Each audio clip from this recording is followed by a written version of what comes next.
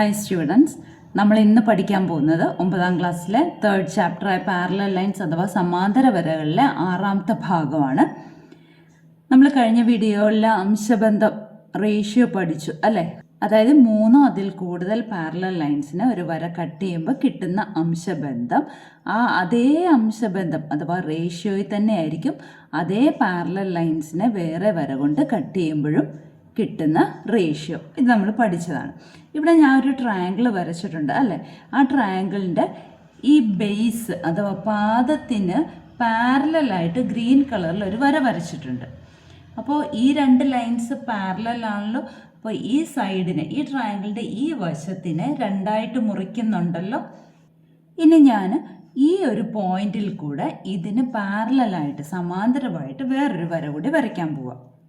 ഇപ്പോൾ ഏതൊക്കെ ലൈൻസാണ് പാരലൽ? ഈ 2 ഗ്രീൻ കളർ ലൈനും ഈ ട്രയാങ്കിളിൻ്റെ താഴത്തെ ബേസും പാരലാണ് അഥവാ സമാന്തരമാണ് അല്ലേ? അപ്പം ഞാൻ ഈ ട്രയാങ്കിളിന് പേര് കൊടുക്കുകയാണ് ABC എന്ന ട്രയാങ്കിളിൽ. ആദ്യം കട്ട് ചെയ്തിരിക്കുന്ന പോയിന്റ്സ് പിയും ക്യൂന്നും എടുക്കുകയാണ്. അങ്ങനാണെങ്കിൽ നമ്മൾ ഇവിടെ കിട്ടുന്ന റേഷ്യോ, ഈ 3 പാരലൽ ലൈൻസ് അഥവാ സമാന്തര വരകളിലെ ഈ AB എന്ന വശം കട്ട് ചെയ്യുമ്പോൾ കിട്ടുന്ന അംശബന്ധം അഥവാ റേഷ്യോ ഞാൻ ഇവിടെ എഴുതാം. ഞാൻ പറഞ്ഞിരുന്നു ഫ്രാക്ഷൻ രൂപത്തിൽ, അതായത് ഭിന്ന രൂപത്തിൽ നമുക്ക് എഴുതാം. AP/PB, AP/PB അതാണല്ലോ അംശബന്ധം. അതേ അംശബന്ധം തന്നെ ആയിരിക്കും ഏത് ഈ വശത്തിന് ഇതേ സെയിം പാരലൽ ലൈൻസ് കട്ട് ചെയ്യുമ്പോൾ. മനസ്സിലായല്ലോ? അപ്പോൾ അവിടെ കിട്ടുന്ന അംശബന്ധം എന്താണ്? AQ/QC. ക്ലിയർ ആയല്ലോ?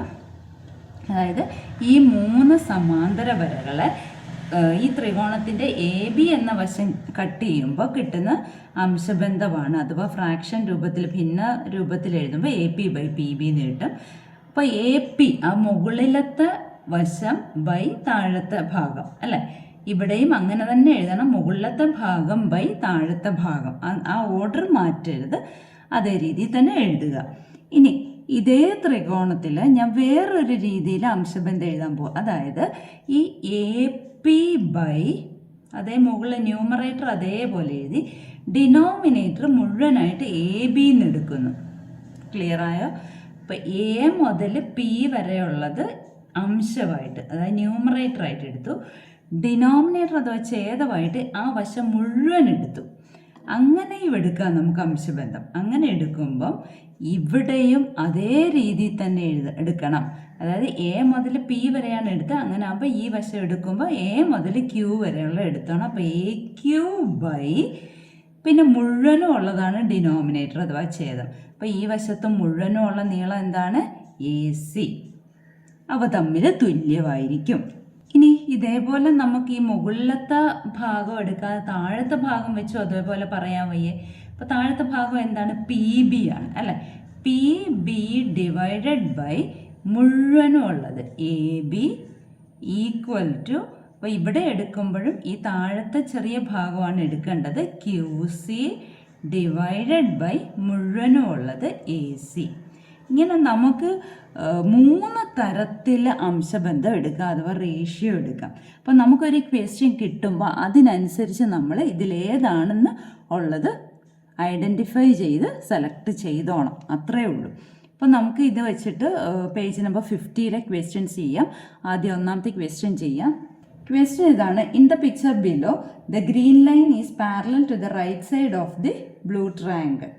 Calculate the lengths of the pieces into which this line cuts the left side. അതായത് ചുവടെയുള്ള ചിത്രത്തിലെ പച്ചവര നീല ത്രികോണത്തിൻ്റെ വലതുവശത്തിന് സമാന്തരമാണ്. ഈ വര ത്രികോണത്തിൻ്റെ ഇടതുവശത്തെ മുറിക്കുന്ന ഭാഗങ്ങളുടെ നീളം കണക്കാക്കുക. ഇതാണല്ലോ ഫിഗർ. നമുക്ക് ഫിഗറിന് പേര് കൊടുക്കാം. ട്രയാങ്കിളിന് ഞാൻ ABC എന്ന് പേര് കൊടുത്തു. ഈ പോയിന്റ് Pയും ഈ പോയിന്റ് Q എന്നും നമുക്ക് എടുക്കാം.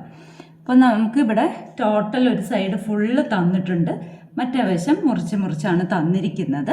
അപ്പോൾ ടോട്ടൽ വരുന്ന റേഷ്യോ, അതായത് 2ാമത്തെ 3ാമത്തേത് ഏത് വേണമെങ്കിലും നമുക്ക് എടുക്കാം. ആദ്യത്തേത് എടുക്കരുത്, കാരണം ഇവിടെ ടോട്ടൽ ഒരു ട്രയാങ്കിളിൻ്റെ മുഴുവൻ സൈഡ് തന്നിട്ടുണ്ട്. അപ്പോൾ നമുക്ക് റേഷ്യോ എഴുതാം.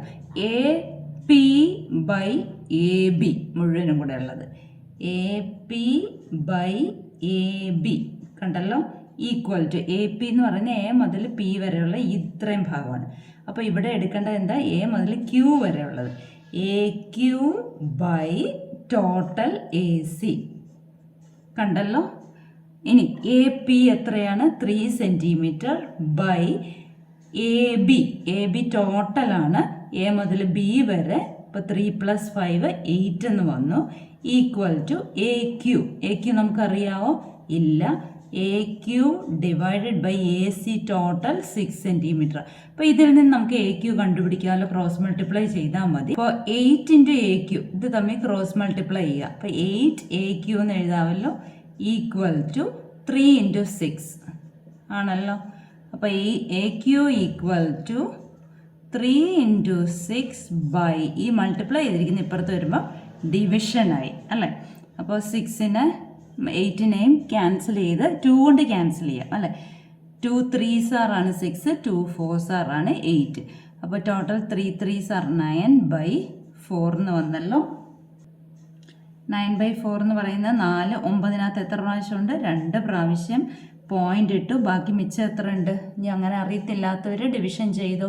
4 2s 8, റിമൈൻഡർ 1, പോയിന്റ് ഇടുക, ഇവിടെ 0 ഇടുക. 2 ടൈംസ് 4 2s 8, റിമൈൻഡർ 2, വീണ്ടും 0 ഇടുക. 20-നകത്ത് 4 5 പ്രാവശ്യം. അപ്പോൾ എന്ത് വന്നു, 2.25 എന്ന് വന്നല്ലോ. 2.25 സെൻറ്റിമീറ്റർ എന്തിൻ്റെ നീളമാണ്, എ ക്യൂ ആണ്. അതായത് എ മുതൽ ക്യൂ വരെയുള്ള. ഇനി ക്യൂ മുതൽ സി വരെയുള്ള കണ്ടുപിടിക്കാം. എങ്ങനെ കണ്ടുപിടിക്കാം, ക്യൂ സി എന്ന് പറയുന്നത് എന്താണ്, ടോട്ടൽ 6 സെൻറ്റിമീറ്റർ ആണ്. അതിൽ നിന്ന് 2.25 സബ്ട്രാക്ട് ചെയ്താൽ പോരെ.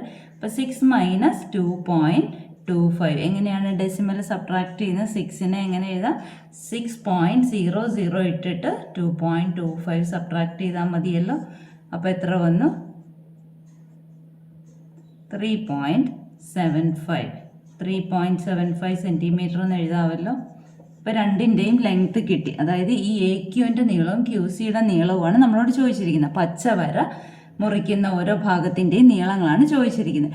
ഇനി വേറൊരു ക്വസ്റ്റ്യനും ചോദിച്ചാലോ, അതായത് ഈ എ സിയെ ക്യൂ എന്ന പോയിന്റ് ഏത് റേഷ്യോയിൽ കട്ട് ചെയ്യുന്നു, ഏത് അംശബന്ധത്തിൽ കട്ട് ചെയ്യുന്നു എന്ന് ചോദിച്ചാൽ, ഇവിടെ ഏത് അംശബന്ധത്തിലാണോ കട്ട് ചെയ്യുന്നത് അതേ അംശബന്ധത്തിൽ തന്നെയല്ലേ കട്ട് ചെയ്യുന്നത് മുകളിലും അല്ലേ. അപ്പോൾ ഇവിടെ ഏത് അംശബന്ധത്തിലാണ് കട്ട് ചെയ്യുന്നത്, 3:5 എന്ന റേഷ്യോയിലാണ് കട്ട് ചെയ്യുന്നത്. കാരണം 3 സെൻറ്റിമീറ്ററും 5 സെൻറ്റിമീറ്റർ, അപ്പോൾ 3:5 രണ്ടും പ്രൈം നമ്പേഴ്സാണ്.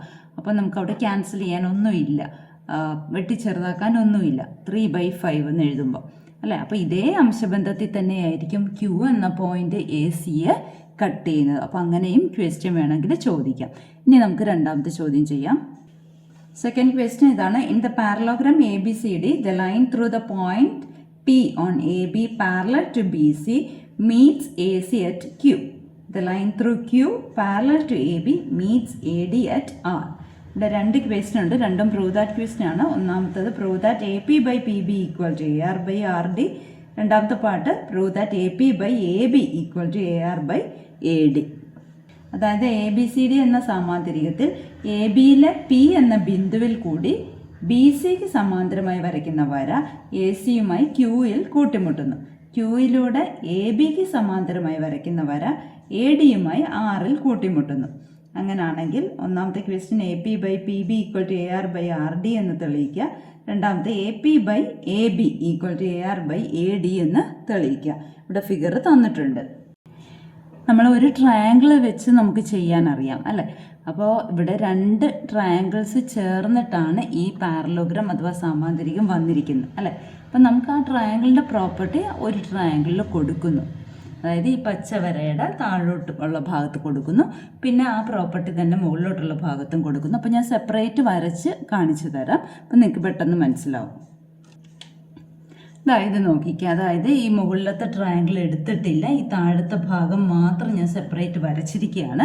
ഇവിടെ ഈ ട്രയാങ്കിളിൻ്റെ ബി സി എന്ന സൈഡും ഈ റെഡ് കളർ ലൈനും പാരലലാണ് അഥവാ സമാന്തരമാണ്. അപ്പോൾ നമുക്ക് എന്തെഴുതാം, A P by P B. A P ഈ വലിയ ഭാഗം ഡിവൈഡ് ബൈ ഈ ചെറിയ ഭാഗം ഈക്വൽ ടു അതേപോലെ തന്നെ എ ക്യു വലിയ ഭാഗം ബൈ ഈ ചെറിയ ഭാഗം ക്യു സി. എഴുതിയല്ലോ. ഇനി നമുക്ക് ഇതെടുക്കാതെ ഈ മുകളിലത്തെ ട്രയാങ്കിൾ മാത്രം എടുക്കാം. കണ്ടല്ലോ, ഈ താഴത്തെ ട്രയാങ്കിൾ എടുക്കാതെ മുകളിലത്തെ ഭാഗം മാത്രം എടുത്തിട്ടാണ് വരച്ചിരിക്കുന്നത്. അപ്പോൾ ഇവിടെ എന്തെഴുതാം? ഇവിടെ നമുക്ക് ഈ ഗ്രീൻ ലൈനിൽ തുടങ്ങാം. കാരണം ഈ ബ്ലൂന്ന് ഈ ഗ്രീൻ ലൈൻ വരെ എത്തി. ഇനി ആ ഗ്രീനേന്ന് മുകളിലോട്ടാണ് നമ്മൾ പോകുന്നത്. അപ്പോൾ A Q by Q C equal to ഈ ഫിഗറിൽ നിന്ന് A Q by Q C, കണ്ടല്ലോ, ഈ വലിയ ഭാഗം ബൈ ചെറിയ ഭാഗം ഈക്വൽ ടു ഇനി ഇവിടുത്തെ വലിയ ഭാഗം A R by R D. ഇവിടെ നോക്കിക്കേ, ഇത് ഒന്നാമത്തെ ഇക്വേഷനും കൊടുക്കാം, ഇത് രണ്ടാമത്തെ ഇക്വേഷനും കൊടുക്കാം. ഈ ഒന്നാമത്തേലെ റൈറ്റ് സൈഡ് ഈക്വൽ ടു സൈൻ്റെ right side A Q by Q C ആണ്. അത് തന്നെയാണ് രണ്ടാമത്തേൻ്റെ ഈക്വൽ ടു സൈൻ്റെ ലെഫ്റ്റ് സൈഡ്. അപ്പോൾ ഇത് തമ്മിൽ ഇക്വേറ്റ് ചെയ്യാമല്ലോ. അപ്പോൾ നമുക്ക് എന്തെഴുതാം? A P by P B equal to A R by R D. അപ്പോൾ ഒന്നാമത്തെ പാർട്ട് നമ്മൾ തെളിയിച്ചല്ലോ, പ്രൂവ് ചെയ്തല്ലോ. ഫസ്റ്റ് പാർട്ട് ആൻസർ പ്രൂവ് ചെയ്തു. ഇനി നമുക്ക് സെക്കൻഡ് പാർട്ട് നോക്കാം. സെക്കൻഡ് പാർട്ടിൽ എന്താ ചോദിച്ചിരിക്കുന്നത്? A P by A B ആണ്. നോക്കിക്കേ, ഈ ഫസ്റ്റ് ഫിഗറിൽ നോക്കിക്കേ, A P by A B ടോട്ടലാണ് എടുത്തിരിക്കുന്നത്. അപ്പോൾ നമ്മൾ അതിനനുസരിച്ച് ഓരോ റേഷ്യോയും എടുക്കുന്നത് കറക്റ്റ് ആക്കിയാൽ മതി. സെപ്പറേറ്റ് തന്നെ എടുക്കുക. അപ്പോൾ ഇവിടെ നോക്കിക്കേ, A P by A B ആണ് നമുക്ക് വേണ്ടത്. A P divided by A B ടോട്ടലായിട്ടുള്ളത് ഈ വലിയ ഭാഗം ബൈ ടോട്ടൽ. അപ്പോൾ ഇവിടെ വലിയ ഭാഗം ഏതാണ്? എ ക്യു ആണ്. എ ക്യു ബൈ ടോട്ടൽ എന്താണ്? എ സിയോട് ഈക്വൽ ആയിരിക്കും. ഇത് ഒന്നാമത്തെ ഇക്വേഷൻ. ഇനി രണ്ടാമത്തെ ഫിഗറിൽ ഈ ഗ്രീൻ ലൈനിൽ സ്റ്റാർട്ട് ചെയ്യുക. എ ക്യു വലിയ ഭാഗം by total A C equal to ഇവിടുത്തെ വലിയ ഭാഗം A R by total A D. രണ്ടാമത്തെ ഇക്വേഷൻ. ഇത് ഫസ്റ്റ് ഇക്വേഷൻ്റെ റൈറ്റ് സൈഡും സെക്കൻഡ് ഇക്വേഷൻ്റെ ലെഫ്റ്റ് സൈഡും സെയിം ആയതുകൊണ്ട് മറ്റേത് തമ്മിൽ ഇക്വേറ്റ് ചെയ്യാം. അപ്പോൾ എന്തെഴുതാം? A P by A B equal to A R by A D എന്ന് എഴുതാം. രണ്ടാമത്തെ പാർട്ടും തെളിയിച്ചല്ലോ, പ്രൂവ് ചെയ്തല്ലോ.